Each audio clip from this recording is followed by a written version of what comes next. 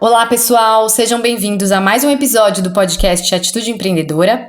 Eu sou a Marcela Burru e tô sozinha agora porque eu tô gravando essa abertura extraordinária para dar uma informação para vocês sobre o episódio que tá indo ao ar agora e que vocês vão ouvir daqui a pouco.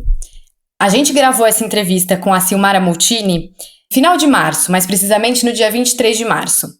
E um dos assuntos que a gente conversou muito com a Silmara foram Olimpíadas, porque ela ajudou a organizar as Olimpíadas Rio 2016 e 2020, teoricamente, seria ano de Olimpíadas. Naquele momento da entrevista, a gente já sabia do problema do coronavírus, vários eventos pelo mundo estavam sendo cancelados, mas não havia confirmação de que Tóquio 2020 seria um evento adiado para 2021.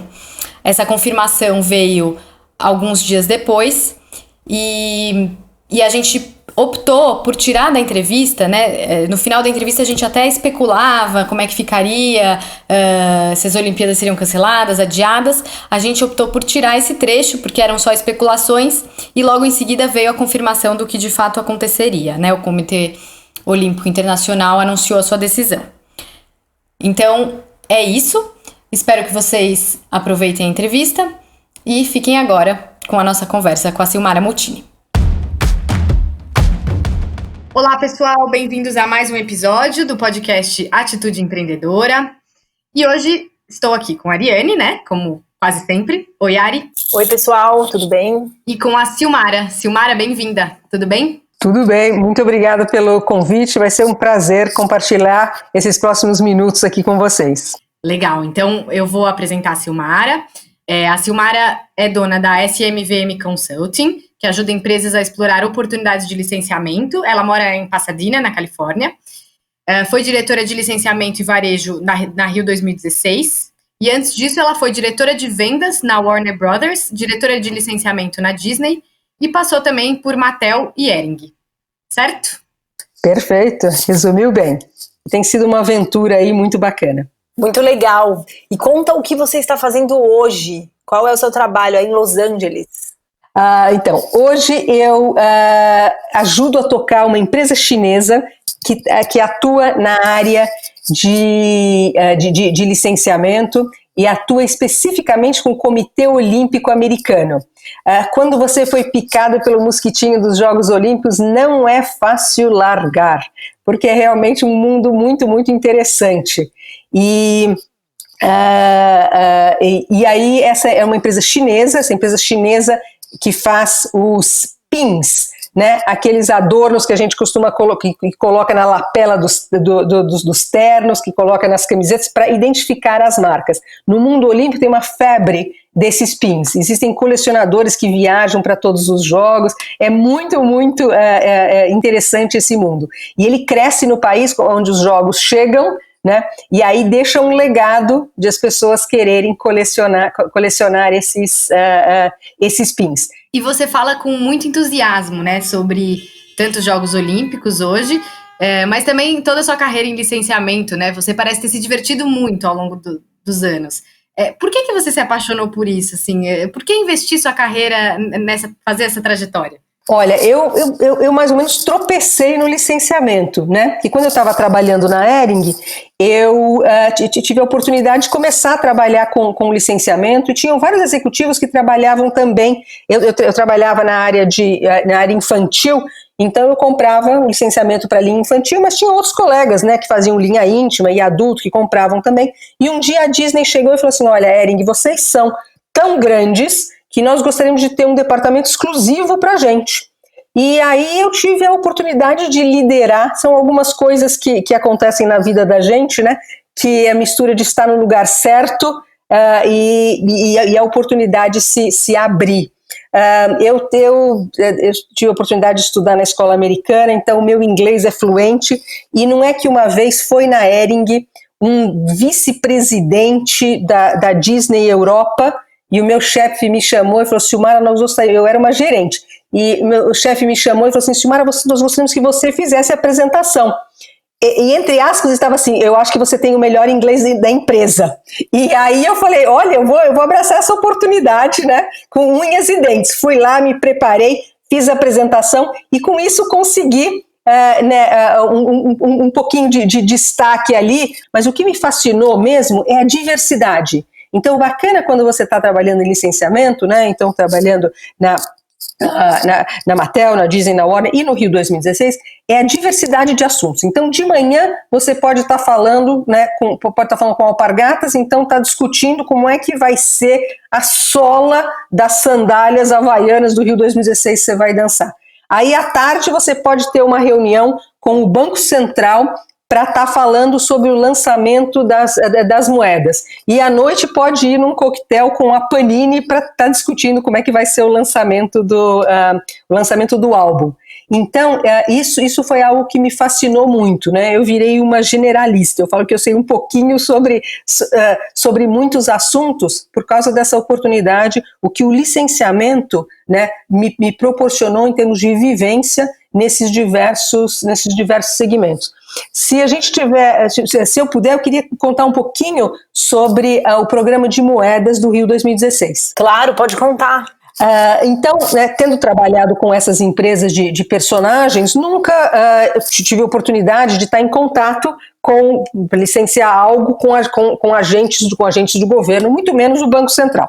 Quando eu comecei a minha jornada no Rio 2016, veio um consultor internacional e falou: Silmara, olha, os jogos, eles tradicionalmente sempre lançam moedas comemorativas.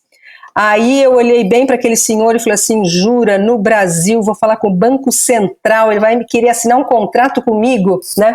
E aí eu pensei comigo mesmo, eu falei: vamos embora, é a direção dos jogos, todos os jogos fazem e nós não vamos ficar sem um programa de moedas. Aí comecei a marcar reuniões com o Banco Central e devagar eles foram entendendo a importância das moedas, o que as moedas contribuem para os jogos.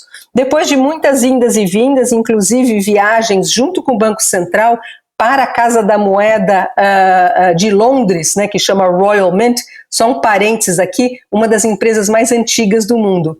A empresa tem 1.100 anos. Desenhamos um programa de 36 moedas comemorativas, mais duas que foram lançados, 38 no total, lançados em 2012, e depois fizemos também 16 moedas de circulação. Nós conseguimos levantar o patamar de moedas colecionáveis do Brasil. De repente, as moedas colecionáveis começaram a ficar conhecidas brasileiros começaram a ficar conhecidas internacionalmente. Tem um dado interessante aqui. Quando começamos esse projeto, existia uma lei que era proibido o Brasil vender moedas para fora. Era uma lei muito antiga e por causa dos jogos nós conseguimos mudar essa lei para o resto do mundo poder conhecer as moedas brasileiras e essa lei continua em vigor. Hoje os programas de moedas colecionáveis do Banco Central podem ser comercializadas ali internacionalmente. Você contando essa história, o resultado claramente foi muito legal, mas imagino que tenha dado um trabalhão, que você tenha corrido atrás de muita coisa para fazer isso acontecer, né? Até você contou no começo, você estava resistente, né? Putz, será que eu vou fazer isso dar certo? Mas o quanto de suor esse processo envolveu? Olha, sempre a proporção é 99 para 1, né? E aí tinha alguns obstáculos realmente que não foram muito fáceis.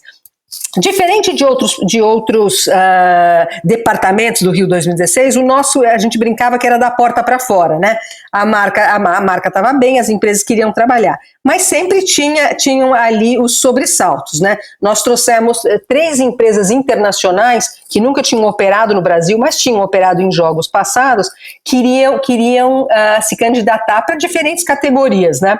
E aí eu sempre falando, gente, no Brasil é diferente, vocês estão prontos para trabalhar no Brasil? E todos eles, não, já trabalhamos na Austrália, no Canadá, isso aqui, né, nós temos experiência internacional. Eu falei, vamos ver bem, contrate um consultor brasileiro, contrate algumas pessoas aqui do Brasil para você saber como é, né? E 2 dessas empresas, uma foi bem, mas 2 dessas empresas realmente não quiseram ouvir o quão desafiador é fazer negócio no Brasil, e eles vinham para mim, Silmara, isso não faz sentido. eu falei, eu sei, mas eu te disse, né? Esse foi um sobressalto, né? O outro foi descobrir, quando nós começamos a abrir as nossas lojas, né, as dificuldades e a burocracia que existe no nosso país, né, o impedimento para que as coisas sigam em frente. Quando nós fomos montar a nossa loja em Copacabana, e a loja era enorme, né, mais de 2.500 metros quadrados ali, 44 agências diferentes entre governo municipal, estadual e federal precisavam dar a aprovação. Mas é aquela coisa que a gente sempre brinca, né, que a gente, sendo brasileiro, pode falar que o Brasil não é para principiantes e os desafios realmente são enormes. Mas eu tive a felicidade de trabalhar com um time maravilhoso, nós éramos 20 pessoas extremamente comprometidas, né? E outra vez também uma situação diferente, como você administra as pessoas, é um projeto que você sabe o dia que você vai ser demitido, né? E a gente brincava, se a gente não entregasse, seria demitido antes, mas todo mundo sabia que até o dia 30 de outubro de 16, todos nós teria fim aí o nosso projeto. Mas tinha um comprometimento muito grande de todo mundo para a entrega ser fantástica, e foi, né? Uma das minhas fotos mais alegres que eu tenho, você pode imaginar a pressão do nosso CEO, né? Era de todo lado, era problema de todo lado que ele precisava, né, resolver. E os Jogos Olímpicos são muito interessantes. Durante a preparação do Rio, teve o atentado em Paris, né? Um atentado em Paris reflete nos Jogos do Rio, tudo, o mundo, tudo reflete na preparação dos Jogos, né? Mas uma das fotos favoritas foi o dia que nós abrimos essa loja em Copacabana, que foi 30 dias antes dos Jogos, foi no dia 5 de julho de 16, e aí o nosso CEO estava lá para a inauguração, né? E ele rindo. E aí eu olhei e falei assim, ai, que delícia, eu consegui proporcionar para ele alguns momentos, né, de alegria, sem pressão, sem estresse. E você sentiu, por conta de todas essas dificuldades de trabalhar com o Brasil, assim, você como brasileira, já estando acostumada a lidar com situações adversas no cotidiano, né, isso te deu alguma vantagem competitiva, ou na verdade contribuiu mais para a equipe, o fato de você ter essa... não só na hora de lidar com o Brasil, mas na hora de lidar com outras coisas, esse jeitinho brasileiro do lado bom? Olha, eu acho que eu pude ajudar muitas pessoas do Comitê Olímpico Internacional, porque a frustração deles era muito grande e com a gente deixar para a última hora todas as coisas, né? E eu lembro, no final dos Jogos, os Jogos terminou no domingo, na segunda-feira nós tivemos um café da manhã com o Thomas Bach, presidente do Comitê Olímpico Internacional, e ele agradeceu, né, todo mundo pela entrega, tudo, e falou uma coisa, mas precisava ser tanto no último minuto, né? porque em outras culturas, né, a antecedência é algo tão importante, mas no Brasil, e eu falava para as minhas interfaces, né, falava, gente, é assim que opera aqui. O Brasil entrega, só que nós temos quase um prazer de entregar no último minuto, né? Mas isso que deixou muitas pessoas nervosas, eu acho que eu pude ajudar, assim, eu entendo os dois lados, né? Eu entendo como o brasileiro opera, mas entendo também a sua necessidade de ver as coisas prontas com antecedência. Mas sabe o quê? Não vai acontecer antes, mas tenha certeza que vai acontecer na hora, né? E eu acho que a grande prova disso foi a abertura dos Jogos, né? Que foi uma coisa absolutamente brilhante e que todo mundo estava... E é sempre assim em todos os jogos. Será que vai entregar? Será que não vai entregar? Será que vai ser bom? Será que não vai ser bom? E aí eu lembro muito bem uma frase do jornalista Mentor Neto, né? E ele escreveu uma crônica e falava assim, quando eu já estava pronto de desistir do Brasil, o Rio 2016 me entrega esta abertura, essa cerimônia de abertura. Legal, e para fazer tudo isso, você teve que deixar a sua família aqui, né? Você morava no Brasil. Como é que foi tudo isso? Então, eu estava morando aqui nos Estados Unidos quando o Rio 2016, né, me chamou. A minha filha mais velha estava terminando o high school, a outra estava no meio do high school, e não era momento de fazer uma mudança com a família. e eu e meu marido temos um acordo, nosso casamento tem um contrato de 50 anos com direito à renovação. Então, eu falei, Olavo, será que dá? Ele falou, Silmara, é bom para sua carreira? Vamos em frente, eu fico aqui, acabo de criar as nossas adolescentes, mas eu também tinha muita flexibilidade no Rio 2016, eu ia e vinha muito, e então e eu brincava que eu enchia o freezer de comida gostosa da mamãe, e aí estendia um pouquinho mais a minha estada aqui, né? E eu tinha total liberdade, muito respeito do meu chefe também. De vez em quando eu falava eu preciso ir, ele sabia exatamente o que eu queria dizer, né? Precisava passar um final de semana, 3, 4 dias aqui para checar em todo mundo, para ver se estava tudo em ordem. Mas no final deu tudo certo. Mulheres, é possível. Você teve algum dilema, como mulher, você até tocou nesse assunto, né? Já ocupa cargos altos nas empresas há muitos anos, né? E provavelmente teve poucas colegas mulheres, não sei. Como é que foi isso para você na tua carreira? Olha, eu venho de uma casa onde a minha avó começou a trabalhar em 1920. Aí a minha mãe, como professora, depois se aposentou como diretora. A minha mãe também sempre trabalhou, nós éramos 4 filhos, tinha 2 avós para ajudar a cuidar da gente, então sempre com posições, vendo mulheres com posições muito determinantes, né? muito decididas. Então isso para mim era uma coisa muito normal. Então eu ouso dizer que eu não acredito no glass ceiling. Glass ceiling, na tradução literal, é o teto de vidro. Mas no caso da discussão sobre gênero, é uma metáfora usada para representar a barreira invisível que impediria as mulheres de chegar a cargos mais altos. Eu acredito que a gente tem que realmente ir atrás das coisas que a gente quer, e eu ouso dizer que não tem nada que eu não tenha conseguido, que eu não tenha ido atrás, né? Eu tive a oportunidade no Rio 2016 também de trabalhar, eles tinham grupos de estudo, né? O RH trabalhava, então tinha um grupo de gênero, um grupo de LGBTQ, tinha um grupo de raça, e aí tinha um também de necessidades especiais. Então nós nos reuníamos uma vez a cada 2 meses para um almoço para discutir, né, os problemas. Realmente, eu liderava esse de gênero. E aí conseguimos fazer umas coisas muito interessantes no Rio 2016. Conseguimos, por exemplo, para todos os cargos, precisava ter, de 3 finalistas, precisava ter pelo menos uma mulher.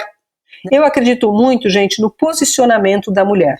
Nós temos que saber sempre como nos posicionar, né? Seja na vida fora da empresa, como na vida da empresa, e aí nós precisamos, né, nos preparar para as posições que a gente quer assumir. E eu acho que as portas vão cada vez mais se abrindo para a gente, se a gente estiver preparado. Não vamos esperar ninguém dar nada para a gente, vamos nos preparar. Me preparei para a nova posição. Eu tenho um exemplo disso, eu trabalhava na Mattel, e a Mattel, às sextas-feiras, à tarde, a gente não trabalhava, né? Eu trabalhava na Mattel e estava administrando só o Brasil. E aí a Argentina, eu sabia que não estava indo muito bem. E eu falei para minha chefe, deixa eu dar uma olhada um pouquinho na Argentina, ver se eu posso contribuir.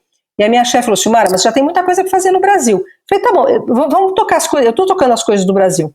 E aí eu usava a sexta-feira à tarde, né? A maioria das pessoas ia embora, porque podia ir embora mesmo, e eu usava a sexta-feira à tarde para me aprimorar nas coisas da Argentina. E uns 2, 3 meses depois que começou isso, eu virei para minha chefe e falei assim, estou pronta. Eu falei, como é que você está pronta? Eu falei, não, eu tenho usado esse tempo para isso, né? Então, a gente tem opção na vida, a gente pode ir embora à 1 da tarde, como a maioria das pessoas ir embora, ou pode falar, olha, eu quero o mercado da Argentina, eu vou usar esse tempo para aprender mais sobre isso. E por causa dessa minha experiência na Argentina, com a Mattel, a Disney olhou para mim e falou, Silmara, você está pronta para assumir os outros mercados da América Latina. Então a gente nem sabe aonde isso vai nos levar. Muito legal. Tem também uma história que você contou pra gente, dessa coisa de querer ir atrás, né? Que você queria se mudar pro exterior, você queria ter uma experiência internacional. Conta como é que foi você conseguir essa vaga para trabalhar nos Estados Unidos. Então, eu falei que eu sempre levantava a minha mão, né? Então, trabalhava, a primeira grande multinacional foi a Disney, sempre eu levantava a mão, falava, se tiver uma oportunidade, gostaria de ir. E sempre estava presente com os meus colegas internacionais, né, seja aqui nos Estados Unidos ou nos países da América Latina. Na Mattel aconteceu exatamente a mesma coisa, se tiver oportunidade eu quero ir. E aí, na Warner, quando eu entrei também falei, se tiver oportunidade, gostaria de ir. Eu tinha só um limitante que eu queria ir antes da minha filha mais velha fazer 15 anos, porque eu acho que precisava fazer o colegial, né, em algum lugar, o high school no mesmo lugar. E aí ela já estava com 14 e aconteceu isso, eu era diretora de vendas para o Brasil e abri uma posição de diretora de vendas para a América Latina. E na hora eu conversei em casa e aí vamos embora, sabe, se acontecer, vamos. E aí realmente levantei a minha mão e a coisa acabou acontecendo. É o fato, né, de você estar no lugar certo, mas também estar preparado realmente para isso. Mas tem que ter coragem. Precisa ter assim, sabe, né, abrir o peito e falar assim, vou. E acreditar que as coisas vão dar certo. Você teve recentemente experiência com mentoria, não foi isso? Acompanhou alguns jovens? Olha, essa realmente tem três coisas que eu gosto muito. Obviamente, minha família, trabalhar com marcas e licenciamento e mentorar as pessoas, né? Então, durante toda a minha jornada, eu tenho recebido tanto de pessoas maravilhosas, de mentores maravilhosos, pessoas que têm me influenciado e me apoiado muito. Então, uma das coisas que eu gosto de devolver é isso. Então, durante o Rio 2016, eu separava todas as minhas manhãs, nós começávamos às 9 da manhã lá, mas eu separava das 8 às 9 da manhã para estar mentorando algumas pessoas. Então, eu meio que anunciei isso, era algo que eu fazia voluntariamente, e eles podiam entrar na minha agenda e marcar um horário, e eu até montei um cursinho de mentoria de 5 encontros, porque era uma coisa inusitada o Rio 2016, porque todo mundo sabia que ia terminar. Então, eu queria que as pessoas tivessem a preocupação não só com boas entregas, mas também com já se preocupar com o futuro e a sua nova recolocação. E uma das pessoas fantásticas que eu tive a oportunidade de mentorar, ele chama Marcos Lima. Ele é deficiente visual e o Marcos é um jornalista, ele esquia, joga futebol, ele é uma pessoa totalmente cego. E uma pessoa absolutamente brilhante. E o aprendizado que é você interagir com essas pessoas. Então, quando você mentora, né, você está recebendo muito mais do que você está dando, isso é algo brilhante, né? Mas tem uma pessoa que eu sempre menciono que é, né, um grande orgulho poder ter compartilhado, né, a vida dela. O nome dela é Fran, e ela é filha da nossa faxineira, mas sempre uma menina com brilho nos olhos, e aí nós pudemos acompanhar a trajetória dela. Hoje ela está com 31 anos, pudemos eu e meu marido acompanhar a trajetória dela desde que ela tem 12 anos de idade. Que pessoa absolutamente brilhante, poder estar do lado dela e acompanhar e apoiar e falar só para ela, porque no fundo o mentor, ele é um cheerleader, né? Ele chega e fala, vai que dá, vai que você vai conseguir. A Fran hoje, ela é formada na universidade, está querendo fazer um mestrado, ela trabalha numa multinacional, ela é casada, ela já tem o apartamento dela, joga bola como ninguém, e então eu acho que é realmente, e eu sempre falo para ela, né, Fran, eu recebi muito, muito mais do que o pouquinho que a gente deu para você, mas ela, num reconhecimento, uma vez falou, ela chama de tia, né? Tia, você me colocou no seu ombro e possibilitou eu ver, né, um horizonte que eu jamais poderia enxergar. Então, nós, como mentores, temos obrigação de colocar as pessoas, né, no nosso ombro e falar, veja que você pode. E como é que você está vivendo este momento agora, assim, para a gente fechar, falar um pouco da atual esquisitíssima conjuntura que a gente vive no mundo inteiro, né? E como é que está sendo o seu trabalho? Como é que está a sua vida? Que dicas você daria para quem está trabalhando em casa? Enfim, porque você já trabalhava, né, também. Eu acho que, primeiramente, trabalhar em casa requer muita disciplina, né?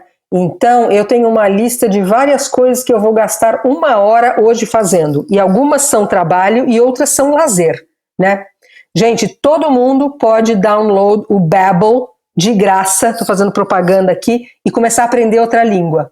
20 minutos por dia, né? Então, tem tanta coisa que a gente pode fazer e a gente precisa começar a olhar as coisas positivas. Eu acho que quando as coisas estão escuras, né, no futuro imediato, você tem que, na sua imaginação, dar um passo de como ela vai ficar ali na frente e que skills eu vou precisar para ser o melhor que eu posso ser depois que realmente essa mancha negra passar, né?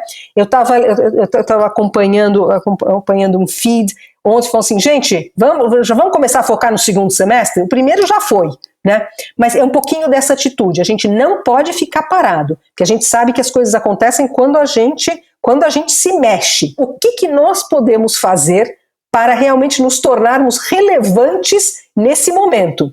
Tem o que chora e tem o que vende lenço. E começa a olhar quem são aqueles que estão vendendo lenço, quem é aqueles que estão chorando, mas principalmente quem são aqueles que estão vendendo lenço. E qual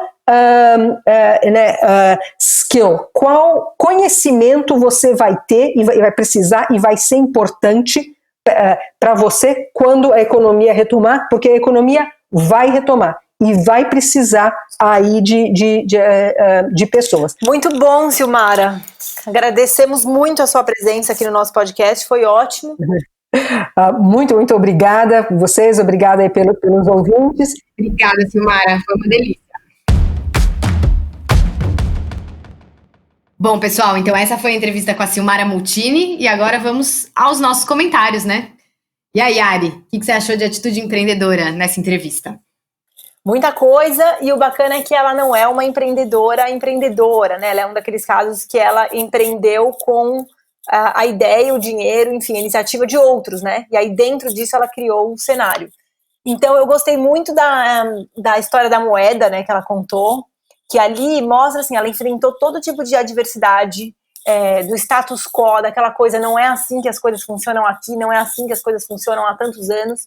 E para você ter uma atitude empreendedora, você tem que estar disposto a romper muitas barreiras. Se você desistir no primeiro não, se você desistir no primeiro isso não dá certo aqui, ou tiver medo de se indispor com as pessoas do ambiente, você acaba limitando muito suas perspectivas. Então eu achei muito legal essa história que mostra essa disposição, e aí depois ela fala em coragem também, né?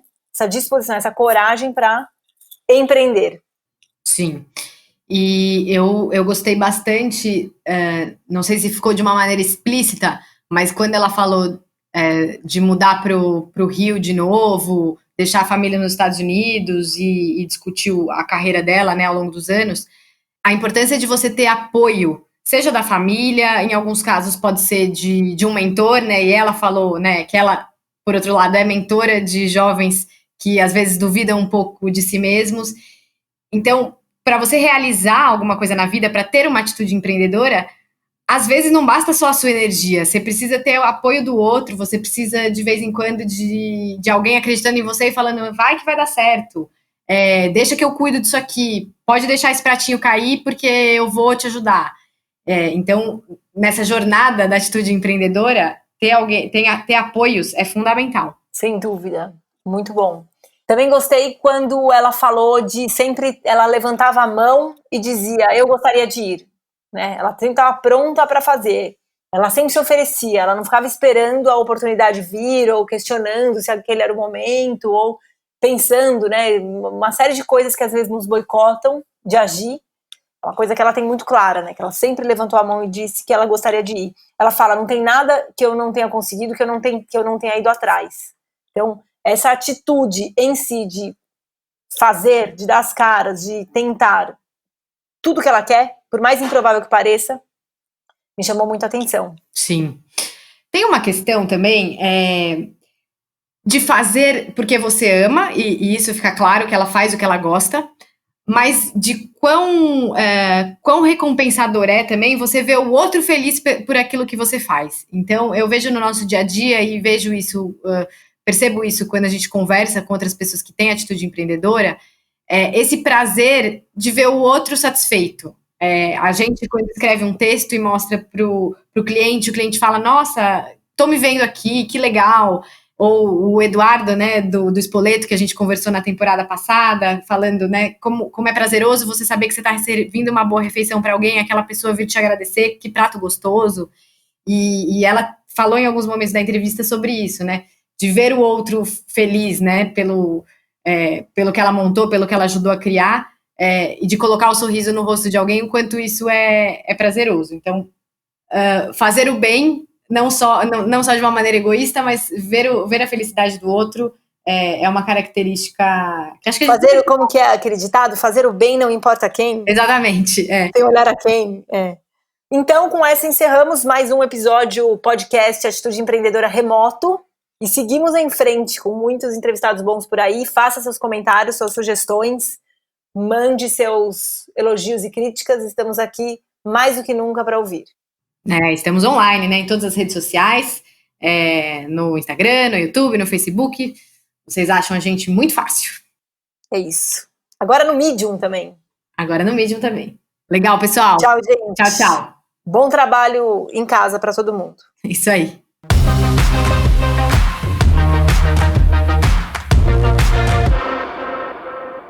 Este podcast é uma produção do Ateliê de Conteúdo e Estúdio Teses. E este episódio foi apresentado por Ariane Abdala e Marcela Burru. Produção de Júlia Fregonese, Vanessa Nagayoshi, Vitória Pirola, Bruna Galati, Maiara Santos, Gabriela Lopes e Mariana Fernandes.